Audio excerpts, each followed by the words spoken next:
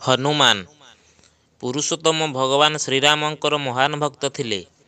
ରାମାୟଣ ପୃଷ୍ଠାରୁ ଭଗବାନ ଶ୍ରୀରାମଙ୍କ ପରେ ଯଦି କାହାର ନାମ ସ୍ମରଣ କରାଯାଏ ତ ସେ ହେଉଛନ୍ତି ପରମ ପ୍ରତାପୀ ସମସ୍ତଙ୍କର ପ୍ରିୟ ମହାବୀର ହନୁମାନ। ତାଙ୍କର ବାହାଦୁରୀ ଓ ସାହସିକତାର କାହାଣୀ ତ ପ୍ରତ୍ୟେକ ଲୋକ ଶୁଣିଛନ୍ତି। ତାଙ୍କର ଗାଥା ଆମେ ରାମାୟଣ ଓ ମହାଭାରତରେ ମଧ୍ୟ ଶୁଣିଅଛେ। ମହାବୀର ହନୁମାନଙ୍କ ବିନା ରାମାୟଣ ସମ୍ପୂର୍ଣ୍ଣ ହେବା ଅସମ୍ଭବ। ରାମାୟଣ କାଳରେ ଜନ୍ମିତ ହନୁମାନ ଶତାଧିକ ବର୍ଷ ପରେ ମହାଭାରତ କାଳରେ ମଧ୍ୟ ଜୀବିତ ଥିଲେ। ତାଙ୍କର ଅସ୍ତିତ୍ୱକୁ ଆମେ ତ୍ରେତୟା ଯୁଗରୁ ଜାଣିଅଛେ। କୁହାଯାଏ କି ମହାଭାରତରେ ଲଢ଼େଇ ପୂର୍ବରୁ ହନୁମାନ ପାଣ୍ଡବଙ୍କ ସହିତ ଦେଖା ହେବାକୁ ଆସିଥିଲେ। ପୌରାଣିକ କଥା ଅନୁସାରେ ହନୁମାନଙ୍କୁ ଅମର ବର ପ୍ରାପ୍ତ ହୋଇଥିଲା। ଧାର୍ମିକ ଗ୍ରନ୍ଥର କଥା କହିଲେ ହିନ୍ଦୁ ଧର୍ମର ଦେବତାମାନେ ପୁନର୍ବାର ସ୍ୱର୍ଗକୁ ଯିବାର ବର୍ଣ୍ଣନା ମିଳେ, କିନ୍ତୁ ପରମ ପ୍ରତାପୀ ମହାବୀର ହନୁମାନ ସ୍ୱର୍ଗକୁ ଯିବାର ପ୍ରମାଣ କୌଣସି ଗ୍ରନ୍ଥରେ ଦେଖିବାକୁ ମିଳେ ନାହିଁ।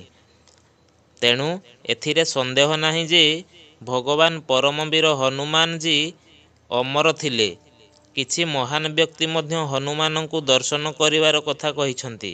ସେମାନଙ୍କ ମଧ୍ୟରୁ ଋଷି ମାଧବାଚାର୍ଯ୍ୟ, ତୁଳସୀ ଦାସ, ସ୍ୱାମୀ ରାମଦାସ ଆଉ ରାଘବେନ୍ଦ୍ର ସ୍ୱାମୀଙ୍କ ଭଳି ମହାପୁରୁଷ ସାମିଲ ଅଛନ୍ତି।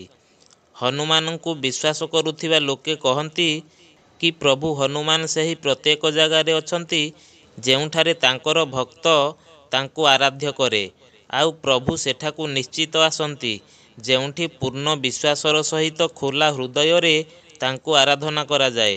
ଆଉ ଏବେ ସାରା ଦୁନିଆରେ କେତେକ ଏମିତି ଜାଗା ଅଛି ଯେଉଁଠି ଏମିତି ପାଦଚିହ୍ନ ଦେଖିବାକୁ ମିଳେ ଯାହାକୁ ଦେଖିଲେ ଜଣାଯାଏ କି ଏମିତି କୌଣସି ଜୀବ ଏବେ ବି ଜୀବିତ ଅଛି, ଯିଏ ଆକାରରେ ବହୁତ ବିଶାଳକାୟ ଅଟେ। ଦୁନିଆର କିଛି ଭିନ୍ନ ଭିନ୍ନ ଦେଶରେ ଏହିଭଳି ବିଶାଳ ପାଦଚିହ୍ନ ଦେଖିବାକୁ ମିଳିଅଛି। ଆଉ ବୈଜ୍ଞାନିକଙ୍କର ବିଶ୍ୱାସ ଏହା ଯେ କୌଣସି ଏମିତି ଜୀବ ଅଛି ଯାହାର ଶରୀର ବହୁତ ବିଶାଳକାୟ ହୋଇଥିବ। ଆଉ କୁହାଯାଏ ଆମେରିକାର ମାୟା ସଭ୍ୟତା ମଧ୍ୟ ମଙ୍କି ନାମକ ଭଗବାନଙ୍କୁ ପୂଜା କରୁଥିଲା। ଏହା ବ୍ୟତୀତ ଚୀନର ଦନ୍ତକଥାରେ ମଧ୍ୟ ମଙ୍କି କିଙ୍ଗର ଆଲୋଚନା ହୋଇଥାଏ, ଯାହା ଅନେକାଂଶରେ ଆମର ଭଗବାନ ପ୍ରଭୁ ହନୁମାନଙ୍କ ସହିତ ମିଶିଥାଏ।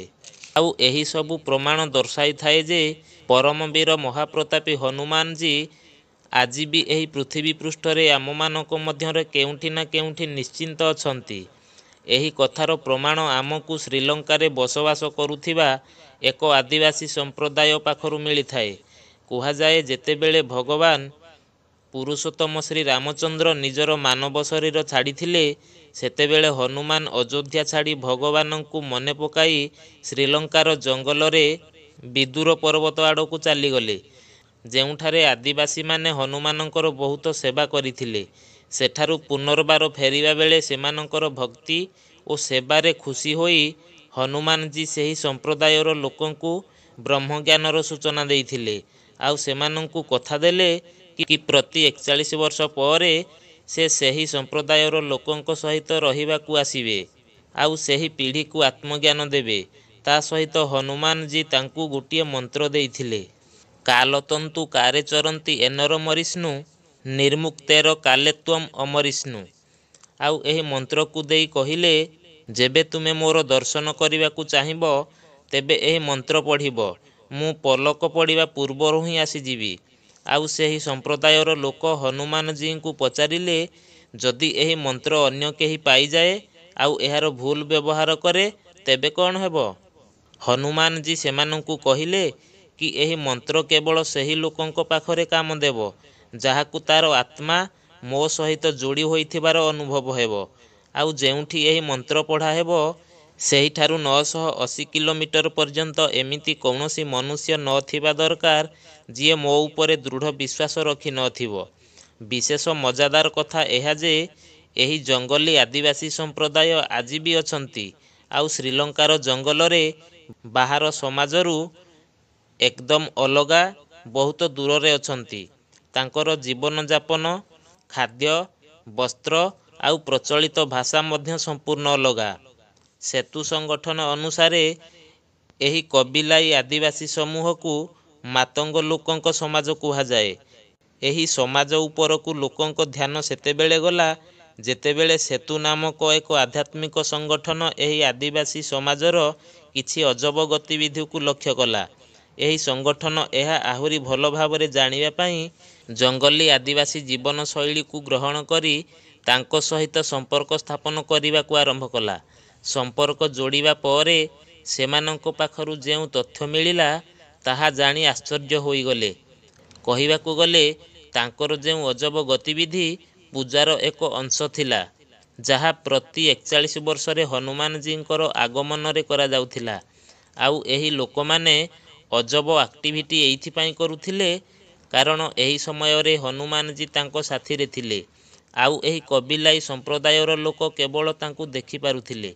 ସେତୁ ସଂଗଠନ ଅନୁସାରେ ଏହି ଆଦିବାସୀଙ୍କର ମୁଖିଆ ବାବା ମାତଙ୍ଗ ହନୁମାନଙ୍କ ଦ୍ୱାରା ସେହି ମୁହୂର୍ତ୍ତରେ ହୋଇଥିବା ପ୍ରତ୍ୟେକ କାର୍ଯ୍ୟ ଓ ହନୁମାନଙ୍କ ଦ୍ୱାରା କୁହାଯାଇଥିବା ପ୍ରତ୍ୟେକ ଶବ୍ଦର ଗୋଟିଏ ଗୋଟିଏ ମିନିଟର ବିବରଣୀ ନିଜର ଏକ ପୁସ୍ତିକା ହନୁ ପୁସ୍ତିକାରେ ବର୍ଣ୍ଣନା କରିଛନ୍ତି।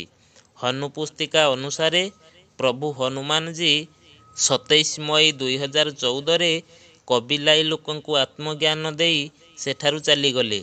ଆଉ ଏହାପରେ ପୁଣି 41 ବର୍ଷ ପରେ ମାନେ 2055ରେ ଆସିବେ। ଏହି ପୁସ୍ତିକା ଏବେ ସେତୁ ଏସିଆ ନାମକ ଏକ ଧାର୍ମିକ ସଂଗଠନ ପାଖରେ ଅଛି। ଆଉ ସେହି ଲୋକମାନେ ଏହି ପୁସ୍ତକକୁ ବିଦୁର ପର୍ବତର ପାଦଦେଶରେ ଅବସ୍ଥିତ ତାଙ୍କର ଆଶ୍ରମରେ ଏହାକୁ ବୁଝି ଆଧୁନିକ ଭାଷାରେ ଅନୁବାଦ କରିବାରେ ଲାଗି ପଡ଼ିଛନ୍ତି, ଯାହାକି ହନୁମାନଜୀ ଭଗବାନଙ୍କର ଚିରଞ୍ଜୀବୀ ହେବାର ରହସ୍ୟ ବିଷୟରେ ଜଣାଯାଇପାରିବ। କିନ୍ତୁ ଏହି ଆଦିବାସୀଙ୍କର ଭାଷା ବିଚିତ୍ର ଆଉ ହନୁମାନଙ୍କର ଲୀଳା ମଧ୍ୟ ତାଠାରୁ ଆହୁରି ବିଚିତ୍ର ହେବା କାରଣରୁ ଏହି ପୁସ୍ତିକାକୁ ବୁଝିବାରେ ବହୁତ ସମୟ ଲାଗୁଅଛି। ବନ୍ଧୁଗଣ, ଆଜି ପାଇଁ ଏତିକି।